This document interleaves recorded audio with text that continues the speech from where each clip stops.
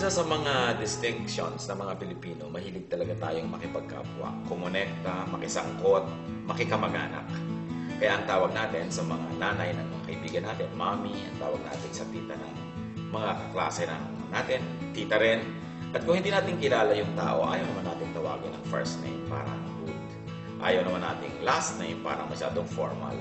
So we define all our relationship within the structure of family.